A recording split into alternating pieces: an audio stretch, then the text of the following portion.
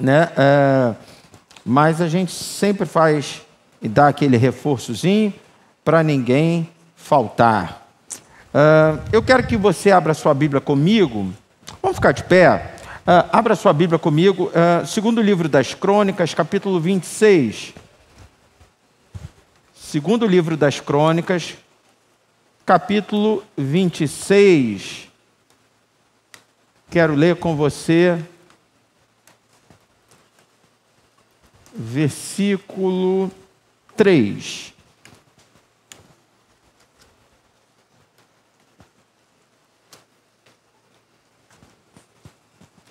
Segundo livro das Crônicas, capítulo 26, perdão. Segundo livro das Crônicas, capítulo 26, eu falei versículo 3, vamos abrir versículo 5, melhor. Na verdade, a gente vai ler esse capítulo durante a mensagem, mas só para a gente poder escolher uma leitura inicial, vamos ler apenas o verso 5. Diz assim: porque deu-se a buscar a Deus nos dias de Zacarias, que era entendido nas visões de Deus, e nos dias em que buscou ao Senhor, Deus o fez prosperar. Só até aí você pode se assentar. Glória a Deus, glória a Deus. Bem, eu quero fazer com você hoje uma leitura coletiva. A mensagem de hoje ela é textual. A gente pode até lá na frente dar um tema, mas eu não a chamaria de temática. Chamaria a mensagem de hoje de textual. Versículo 1 do capítulo 26. Mantenha a tua Bíblia aberta, a gente vai ler. O nosso esboço hoje vai ser a leitura bíblica, ok? Versículo 1 do capítulo 26, segundo Crônicas, diz: então todo o povo, repita, todo o povo. Então todo o povo de Judá proclamou rei a Uzias, de 16 anos de idade, no lugar de seu pai Amazias. Sabe, essa expressão, todo o povo, me chama a atenção. E eu quero começar a mensagem falando sobre a importância da gente viver algo e da gente conquistar algo que de fato é legítimo. Da gente viver algo, conquistar algo que a gente não rouba, mas algo que nos é dado porque de fato ou merecemos ou fomos escolhidos para receber. Sabe, muitas pessoas, muitas das vezes, sofrem no momento de se impor, no momento de desenvolver um trabalho, de exercer alguma coisa, porque não tem legitimidade. Pessoas que querem se impor diante de um desafio, vamos levar para o lado profissional, pessoas que querem um respeito profissional, pessoas que querem ser consideradas, querem ser alvos de investimento, pessoas que querem crescer, querem evoluir, né, alcançar lugares melhores, serem promovidas, mas se esquecem da importância da legitimidade.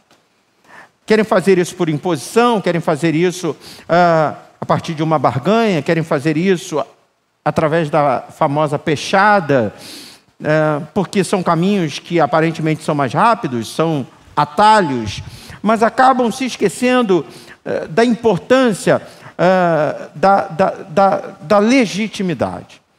Pessoas que querem ser autoridade no assunto sem entender do assunto.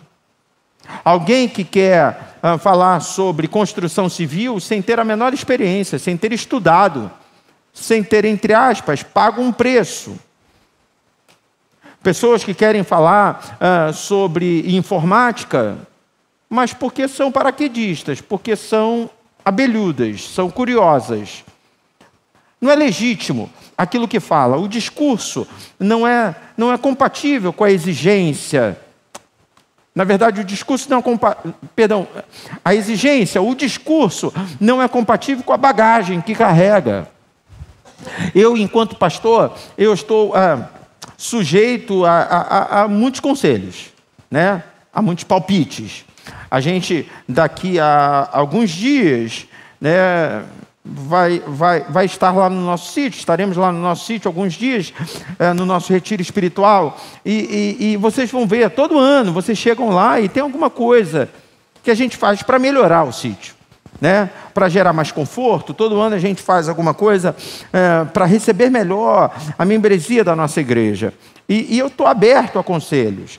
Eu tenho certeza que nesses próximos 4 dias vai ter muita gente dizendo: pastor, quem sabe se o senhor fizer assim para o próximo ano, vai ficar legal. Quem sabe se o senhor fizer dessa maneira, vai dar certo. E está tudo certo, você aconselhar, você falar. Agora, quando você quer se posicionar como autoridade, alguém que não só aconselha, mas alguém que de fato tem um norte, tem uma direção, a bagagem que você carrega vai fazer toda a diferença. Me desculpe se vai parecer meio grosso o que eu vou falar, mas é aquela famosa pergunta: quem é você? O que você carrega para de fato opinar, para de fato se posicionar nessa área, nessa determinada área? E a gente precisa tomar cuidado com isso, porque mesmo que você convença alguém, mesmo que você consiga furar uma bolha, mesmo que você consiga ultrapassar um muro, com o passar do tempo você vai ser alvo de julgamento.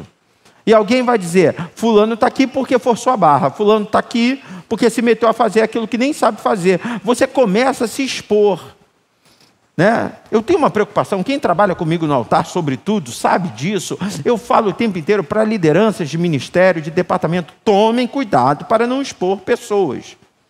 Às vezes a pessoa pede muito para participar de um determinado departamento, para desenvolver uma determinada função dentro da igreja. Aí você fica constrangido em dizer não, e você coloca aquela pessoa para fazer, mas aquela pessoa não é a pessoa certa para fazer, ela não sabe fazer, ela não desenvolveu isso, ela não tem bagagem. Ah, mas Deus pode surpreender? Deus pode, mas essa não é a regra. Essa é a exceção à regra. A regra é Deus investir de acordo com uma disponibilidade, Deus percebendo um talento que Ele mesmo plantou na vida dessa pessoa. Quantos estão entendendo? Digam amém. Eu fiz questão de te pedir para repetir, porque o verso 1 diz: então todo o povo. O texto não diz: então o seu pai, então a sua mãe, então o rei, então a rainha, então fulano, ciclano, beltrano. Não, o texto diz: então todo o povo. Nós estamos falando da legitimidade de alguém que com 16 anos está se assentando no trono. Ele está se assentando no trono por conta de uma escolha. Bem, ao mesmo tempo que eu sou suspeito de falar, porque pode parecer que eu vá me defender aqui, eu acabo me expondo também, falando. Há um pouco mais de 4 anos eu sou pastor da igreja, e todo mundo sabe, ou então a grande maioria aqui sabe, que durante 35 anos a nossa igreja foi pastoreada pelo meu pai. Alguém pode dizer assim: você é pastor da igreja porque você é filho do pastor. Alguém pode dizer que me falta legitimidade porque eu só entrei nisso porque o meu pai me colocou.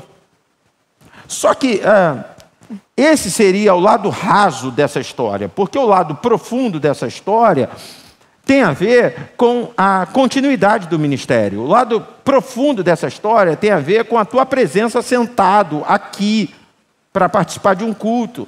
Porque você não recebeu R$1 para estar aqui, e você não estaria aqui se de alguma maneira, nesse lugar, Deus continuasse fluindo os seus rios. Então, mesmo que num primeiro momento uma desconfiança por parte de alguém seja estabelecida, já num segundo momento, essa confiança, quando se há legitimidade, quando foi Deus que falou, quando foi Deus que levantou, quando um preço foi pago, quando não é alguém que cai de paraquedas, quando há uma legitimidade, num segundo momento, aquilo que é dúvida se torna certeza. E aí as pessoas começam a entender: não, é a pessoa que Deus separou, foi Deus que colocou aí. Como eu disse, eu podia estar puxando sardinha para o meu lado, mas eu estou me expondo. Dentro da sua vida pessoal, em que área você percebe que você tem autoridade para falar, e em que área você percebe que você não tem autoridade para falar? E agora é a hora de você consertar isso. Você tem que trabalhar isso na sua mente.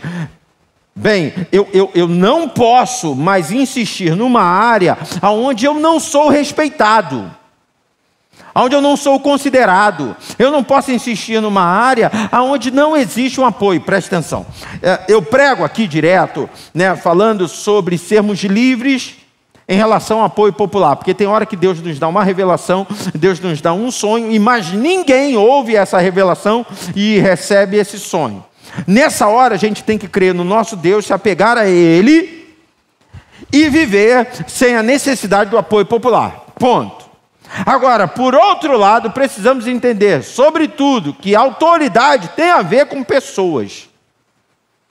Você, para ter autoridade, precisa ter pessoas debaixo dessa autoridade. Porque senão tua autoridade é sobre o quê? Porque o vento você não manda acalmar. A onda você não manda acalmar, você não tem esse poder. Então, a não ser que Deus te dê, o máximo que você pode desenvolver, humanamente falando, é autoridade sobre pessoas. Para você ter autoridade sobre pessoas, é necessário que existam pessoas. E se você está achando que tem autoridade sobre pessoas, mas você percebe que as pessoas não te respeitam, só você está enxergando essa autoridade. Mas ninguém. Quem está comigo aí, diga amém.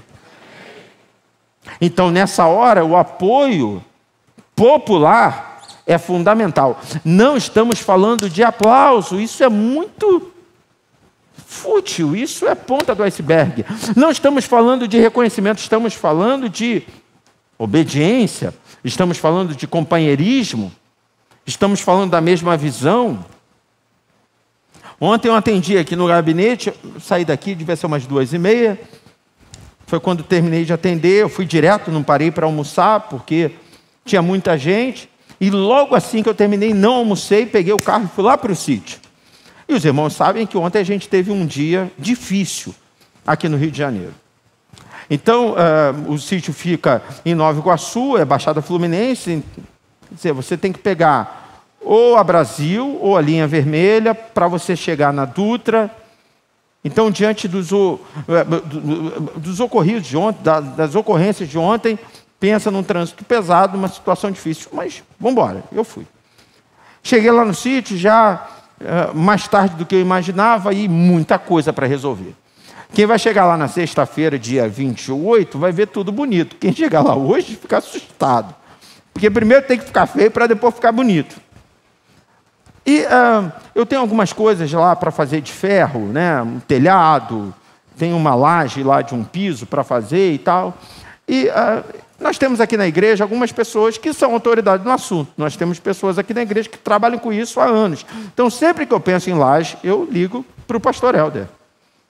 Porque é a pessoa que eu sei que não só vai me assessorar, como vai me fornecer, e me fornecer com todas as garantias e da melhor maneira possível. Independente de ser pastor da igreja, é uma pessoa de confiança. E quando eu penso em ferro, nessas coisas todas de telha e tal, é o Anderson. Aí eu liguei para o Anderson, e aí ele me pediu as medidas, eu não tinha as medidas, eu falei, eu estou chegando no sítio, e aí eu tiro as medidas e te mando. Ele, eu também estou saindo cedo, vou para aí. Pegou o mesmo trânsito que eu, chegou tipo meia hora depois que eu. E foi para lá e tirou todas as medidas comigo e tal, e depois a gente saiu de lá para vir embora. E aquele trânsito terrível, eu fui chegar em casa, era já quase 8h30 da noite, se eu não me engano. Mas por que eu estou contando toda essa história? Porque o Anderson percebeu a urgência. Ele percebeu que a gente tem muita coisa para resolver. Nós temos uma equipe contratada da igreja, que são 3 pedreiros e 3 serventes. E todos eles trabalhando sábado, para deixar tudo pronto. Aí o Anderson falou, pastor, eu acho que vai ser necessário a gente entrar com um mutirão aqui. Aí eu falei para ele, é só juntar fome com a vontade de comer. Era o que eu precisava ouvir, Anderson. E aí ele já pegou e ligou para o pastor Rafael já hoje pela manhã já providenciou, já reuniu os sacerdotes, não sei o quê, já fez uma oferta para a igreja em nome dos sacerdotes e ainda está marcando aí para, acho que, dormir sexta e já acordar sábado lá para bater laje. Eu estou contando isso para você entender que não tem papinho, não tem pregação, não tem nada que tire pessoas da sua casa numa sexta-feira à noite, porque esses homens, eles vão ter que convencer as mulheres. E aí vão ter que ir na sexta-feira à noite para o sítio, para acordar sábado de manhã lá, para bater laje e almoçar lá, tomar banho e sair correndo, porque 18 horas tem culto de sacerdotes. E a gente não abre mão do espiritual. Então, são sinais que Deus vai te dando, vai te mostrando, e vai dizendo assim: filho, eu estou te capacitando, eu estou contigo, porque senão você ia gritar e ninguém ia te acompanhar, você ia chamar e ia ficar sozinho nessa empreitada. Então eu estou fazendo uso de algumas experiências que eu vivo para você entender como você pode discernir quando tem e quando não tem autoridade, em que área tem e em que área não tem autoridade. Quantos estão entendendo? Digam amém.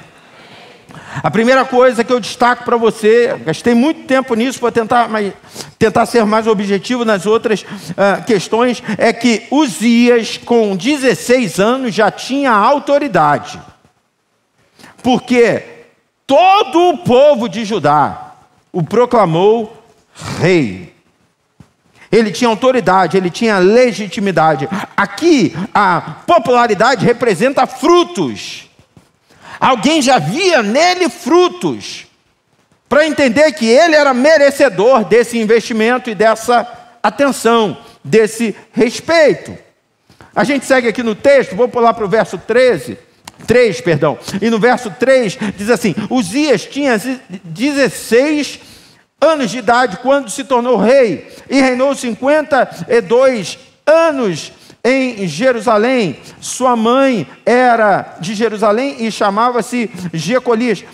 Aí, de novo, 16 anos de idade, a palavra dá esse destaque, é novo.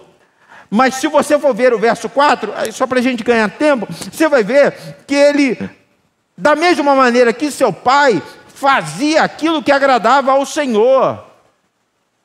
Você vai ver que ele temia a Deus.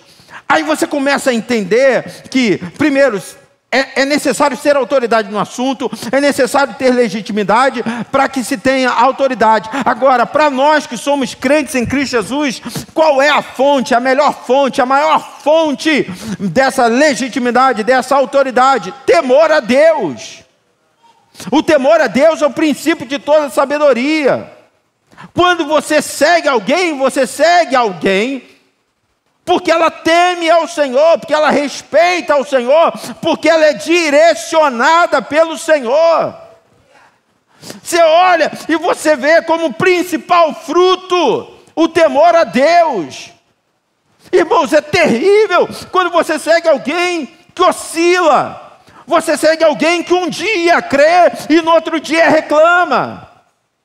Um dia ele está firme e no outro dia ele está fraco. Preste atenção, ninguém aqui é super-herói. Todos nós temos os nossos dias maus. Só que a gente tem que dobrar o joelho e clamar ao Senhor pelo renovo, para que a gente passe para as pessoas segurança. Porque uma vez entendendo em nós essa segurança, o investimento da confiança é automático. Tem pai perdendo autoridade com o filho, porque não é sábio, porque não teme a Deus, porque a fonte da sabedoria, ou das ideias, ou das decisões não são cristalinas. A única fonte cristalina é a palavra do Senhor. Ei, pai, o que o filho que você tem está vendo em você? Ei, mãe, o que a tua filha está vendo em você? Está vendo firmeza? Pastor, mas a gente não pode chorar? Não, a gente pode. Na verdade, a gente deve chorar muitas das vezes. A gente vai assistir um filme, né? Sem ser amanhã, na outra sexta. E, infelizmente, os ingressos todos já esgotaram.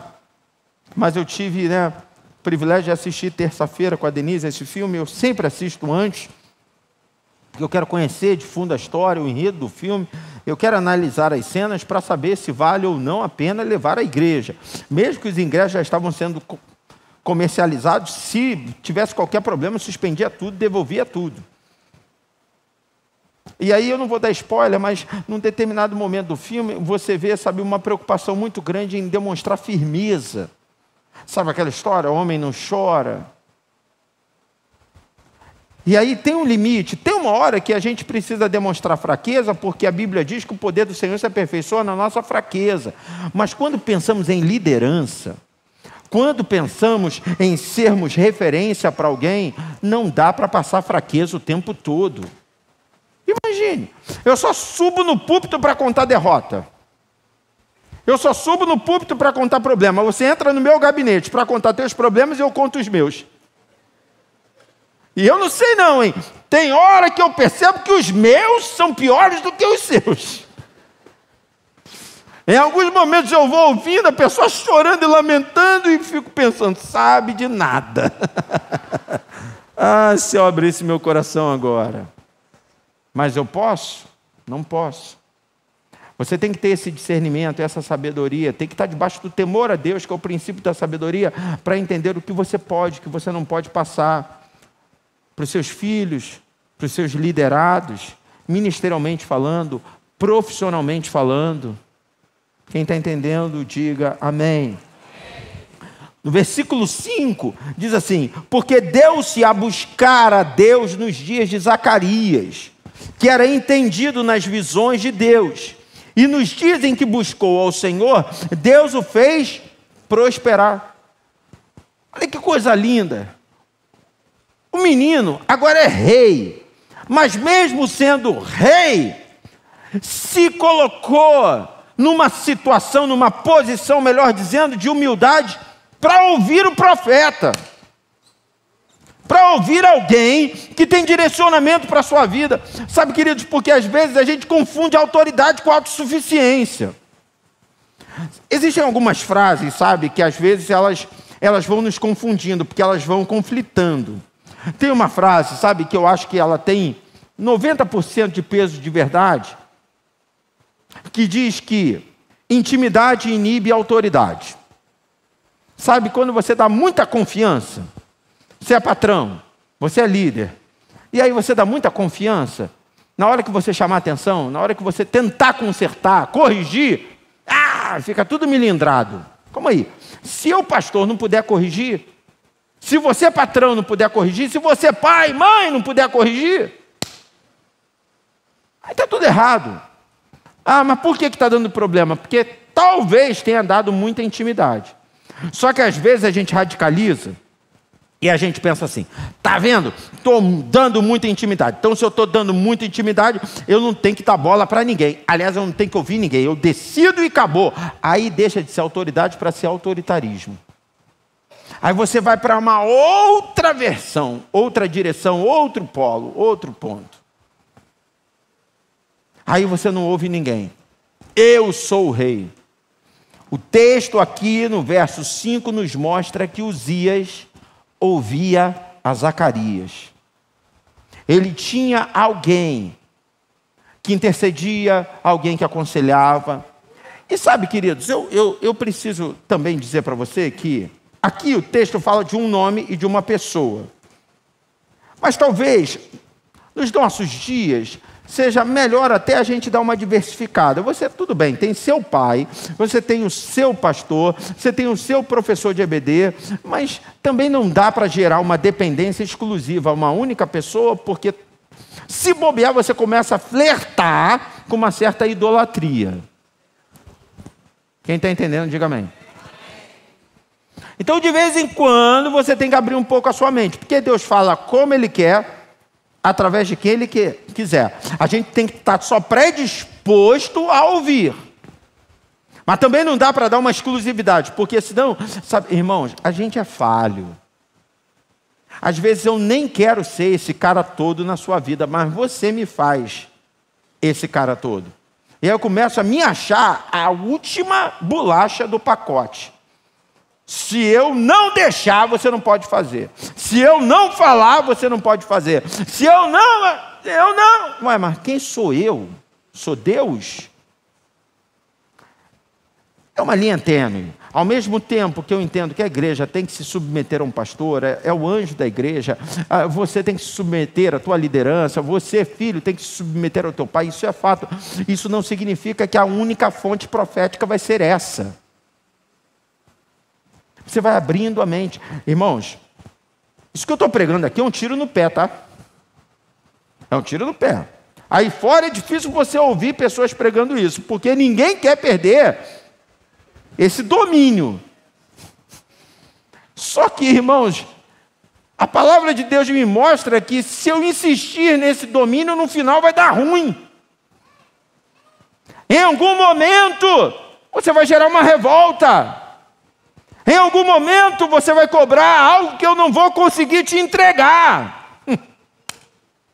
Eu me lembro de um irmão que uma vez virou para mim, ele falou assim, eu tenho que falar muito contigo, está borbulhando aqui no meu coração, e que não sei o quê, e papapá, e quase que eu fui na tua casa 3 horas da manhã, eu só não fui na tua casa 3 horas da manhã, porque eu não sabia teu endereço. Falei, nem vai saber. Tá maluco?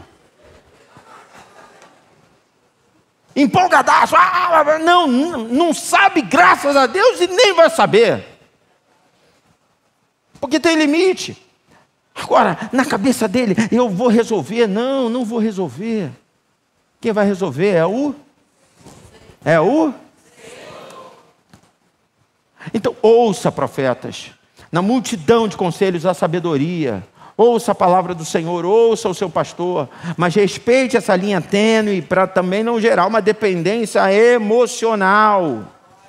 Às vezes, não é nem aqui, no altar. Às vezes a dependência emocional está aí do seu lado. Oi, fulana, tudo bem? E aí, vai na igreja hoje? Hoje eu não vou não.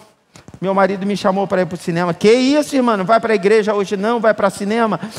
Depois eu converso com o pastor. Ele mesmo diz que a gente tem que se dedicar às vezes à família, só hoje. Pensando bem, eu acho que eu também não vou não.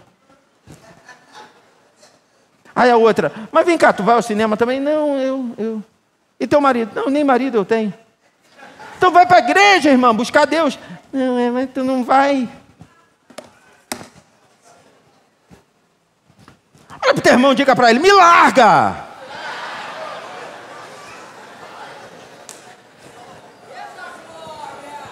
Eu tenho filho desse tamanho, pô.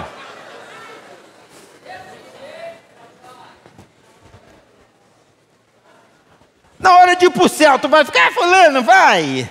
Beltrano, vai.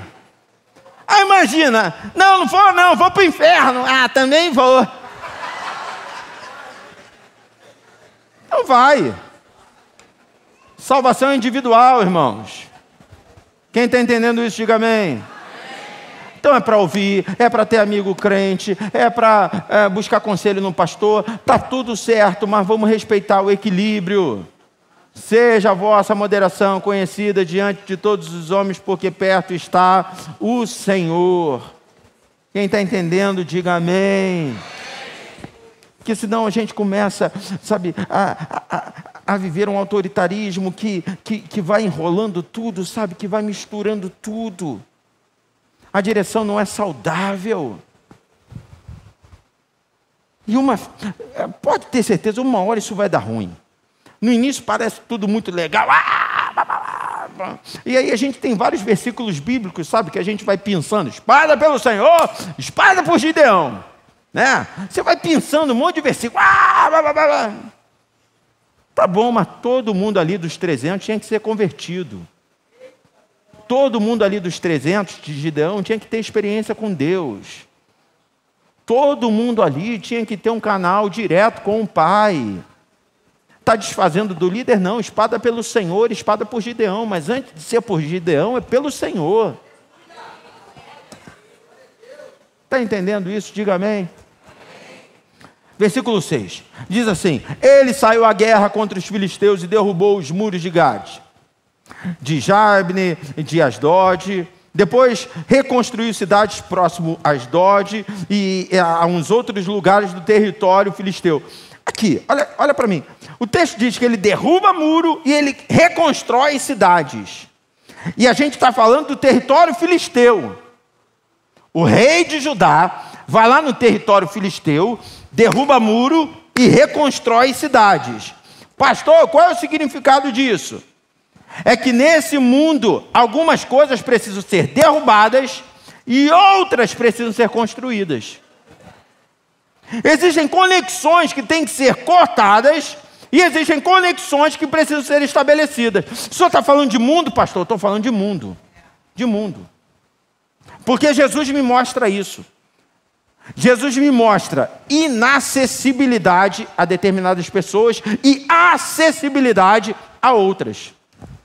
Jesus sabia com quem ele podia sentar para comer e com quem ele não podia sentar para comer. E a gente não está falando de crente, de discípulo, de apóstolo, a gente está falando de povo, de mundo. Tem que ter esse discernimento. E presta atenção, seja a paz de Cristo o árbitro do teu coração. Não é o pastor que tem que ficar te lembrando.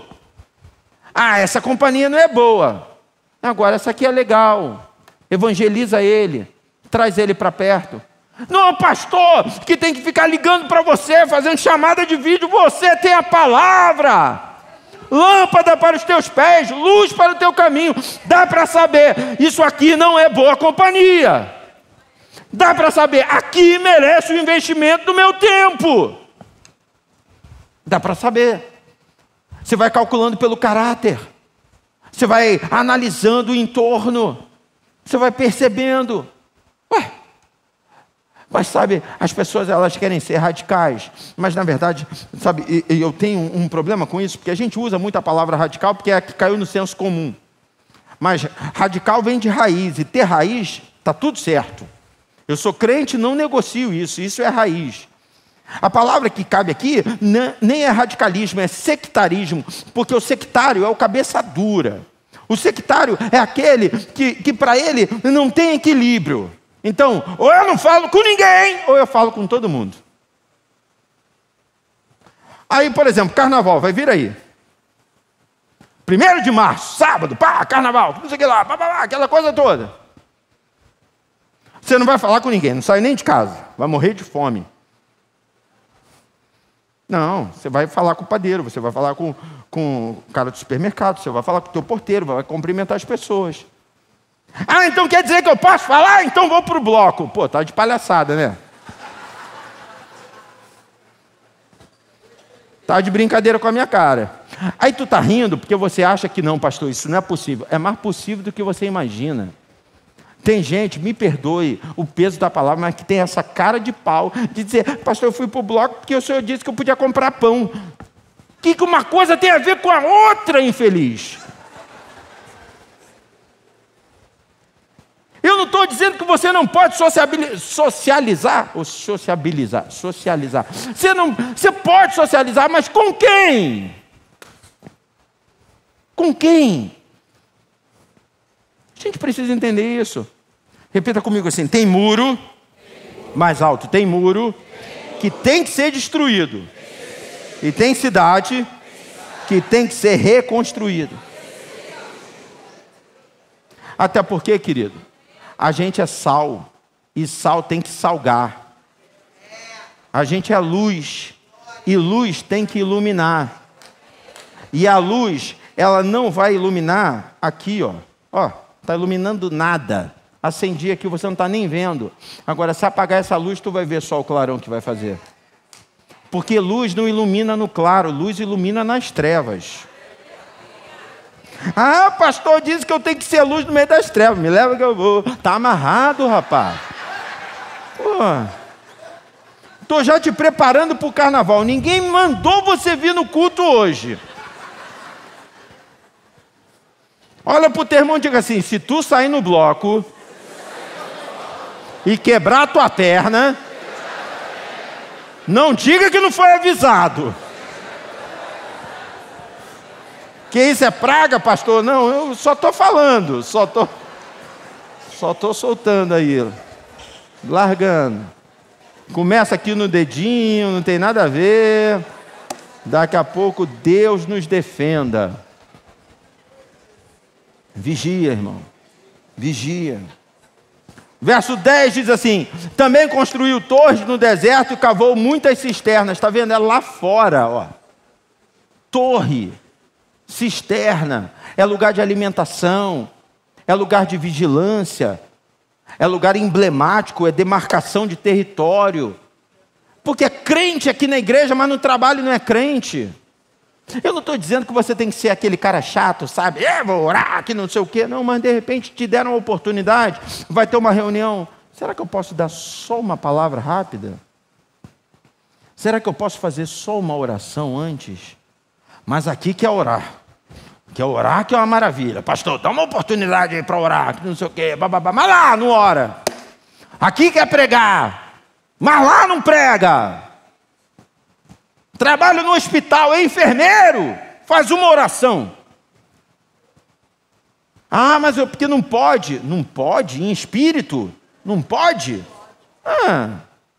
Você pode orar, tu está ali trocando soro, Senhor, tem misericórdia dele. Mais do que o soro é o teu poder, Senhor. Ninguém está nem sabendo que tu está orando, mas tu está orando, tu está demarcando o território, está expulsando todo espírito de morte, bata em retirada aqui, sabe? Mas o grande problema é a nossa religiosidade, porque a gente quer chegar no hospital e vão te expulsar de lá, cara. Quer chegar no CTI e fazer acontecer. Irmão, eu sou pentecostal, eu creio no mover do Espírito Santo, eu creio em revelação, eu creio nos dons espirituais, eu creio no dom das línguas estranhas. Eu creio nisso tudo, mas há tempo para todas as coisas. Se você for ver Jesus sentado com os fariseus, você não vê, ele está aqui, ó. Simples. Então, demarque território, mas lá fora também.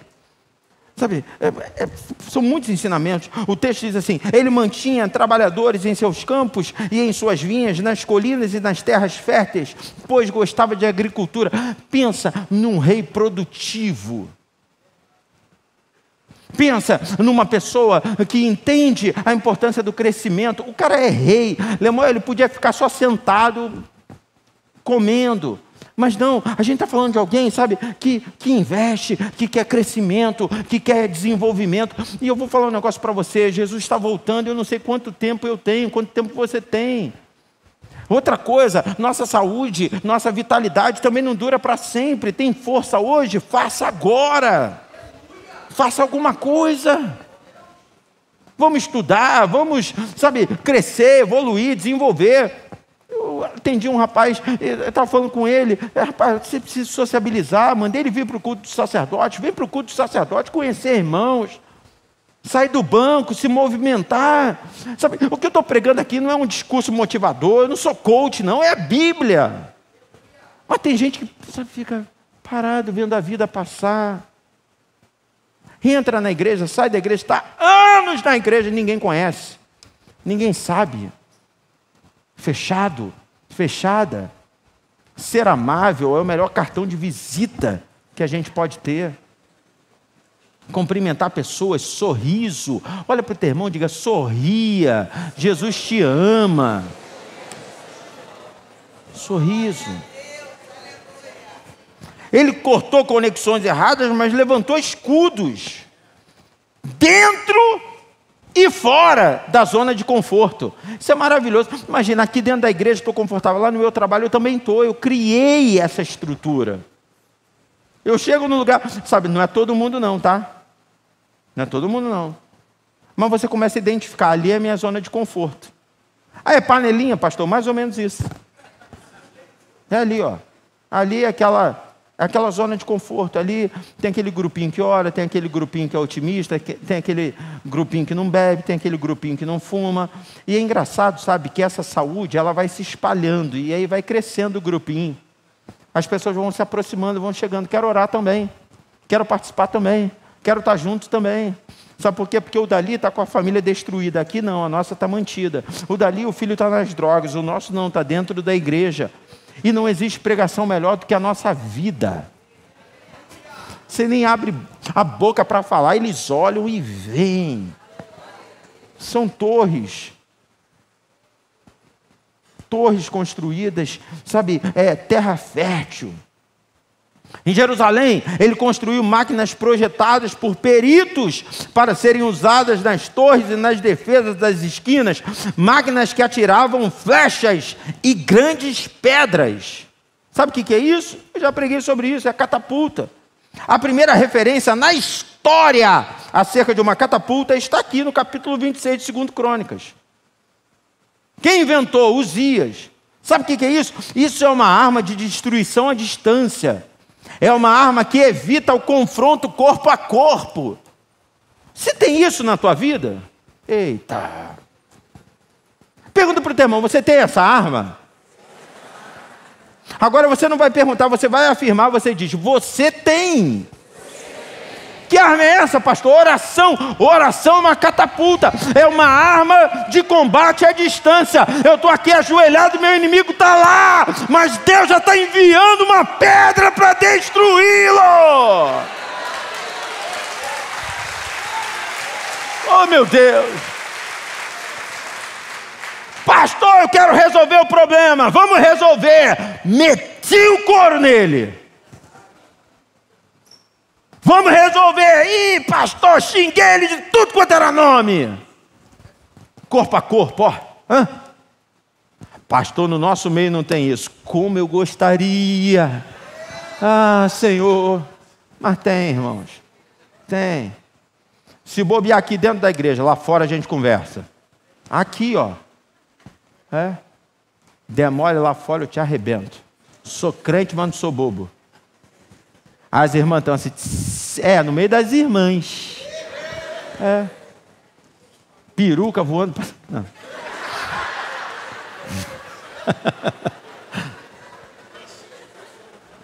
Segura na mão do seu irmão, diga para ele, tá com problema? Vai orar.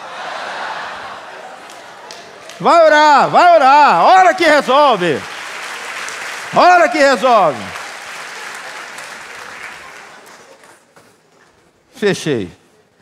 Eu não vou ler mais, mas quero terminar te fazendo entender que a partir do versículo 16, Uzias, que estava fazendo tudo certo, se perdeu. A palavra de Deus diz que ele se exaltou. E a gente precisa entender que mais do que chegar, o desafio é permanecer. Esse cara, com tantas lições, chegou no lugar que se exaltou. E aí, quis discutir com os sacerdotes, quis entrar no templo para sacrificar sem ter autoridade, quis atropelar pessoas que foram instituídas por Deus, se perdeu. E aí? E aí que Deus fez explodir na testa dele uma lepra. Ele teve que sair do meio de todo mundo, ir para um lugar de exclusão, e nesse lugar ele morreu. Minha palavra para você no final dessa mensagem é: se você não se perdeu, fica firme, não se perca, permaneça. Agora, se você se perdeu e a lepra apareceu, em Uzias operou a morte, para em você operar a vida. Volta, retroceda, volta para aquele lugar onde Deus agia. Volta para aquele lugar onde tinha sabedoria. Volta para aquele lugar onde tinha discernimento, onde não tinha vaidade. Tinha trabalho, tinha autoridade, mas não tinha autoritarismo. Tinha trabalho, mas tinha dependência. Tinha realeza, mas tinha coração quebrantado. Você saiu desse lugar? Você está com lepra na testa? Volta para esse lugar. Deus só nos deu essa palavra nessa noite porque ainda dá tempo de voltar. Então, para alguns aqui, a rema é permaneça, porque você está num lugar bom. Mas para outros, é volte, porque de alguma maneira você saiu desse lugar bom. Quem está entendendo, diga amém. Eu quero que você se coloque de pé. E eu quero orar. Primeiro, por aqueles que estão entendendo que precisam permanecer. E aí, só Deus para nos ajudar. Porque somos tentados o tempo todo. O tempo todo. Somos tentados a não permanecer. Sabe, é tudo muito sutil, em nome do crescimento, sabe? Em nome do crescimento, em nome da pregação do Evangelho, em nome da expansão do reino, eu poderia me movimentar para abrir uma filial. Em nome do reino, em nome do crescimento, em nome da expansão, e até fazendo um mapeamento e entendendo a geografia da membresia, eu, por exemplo, poderia abrir uma filial na Zona Oeste, atendendo quem mora em Jacarepaguá, na Barra da Tijuca, no Recreio, pegando gente até do outro lado, já da Serra, se fosse o caso, Campo Grande. No final das contas, às vezes sai mais perto a pessoa ir de Jacarepaguá para Campo Grande, de Campo Grande para Jacarepaguá, do que para o Sampaio. E eu tenho membros aqui que moram em Campo Grande. Sabe quando você começa a pôr motivos bons numa movimentação? Só que eu tenho que ter discernimento para entender qual de fato é a fonte. Porque às vezes a fonte está em ir para a Barra para não vir mais para o Sampaio. A fonte está em abrir uma igreja no lugar onde talvez a renda das pessoas seja maior. Talvez seja porque estão me falando para ir, porque estão dizendo, é bacana. Olha para mim, escute. Não é pecado nenhum abrir em Copacabana, abrir na Barra, abrir em Nova York, abrir igreja em Madureira, desde que Deus fale. Porque quando Deus fala, aí não tem confusão. Agora, quando não é Deus, quando é o homem, e aí nessa hora é que a lepra começa a abrir na minha testa. Porque nessa hora eu começo a me exaltar. Eu estou falando de geografia, eu podia falar do quantitativo. Vamos sair abrindo. Aí todo mundo pergunta, quantas igrejas tem? Nós temos igrejas espalhadas no Rio de Janeiro, temos igrejas no sul do país, temos igrejas em São Paulo, temos igrejas aqui, ali, que não sei o que. Deus mandou? Deus não mandou? Vaidade. Tudo que os olhos de Salomão pediram a ele, ele conquistou. Imagina. Sempre dou esse exemplo, você vai no shopping, olhou na vitrine, gostei, é meu, quero. Isso aqui é meu, quero. Eu não sei se você já assistiu um filme, Uma Linda Mulher.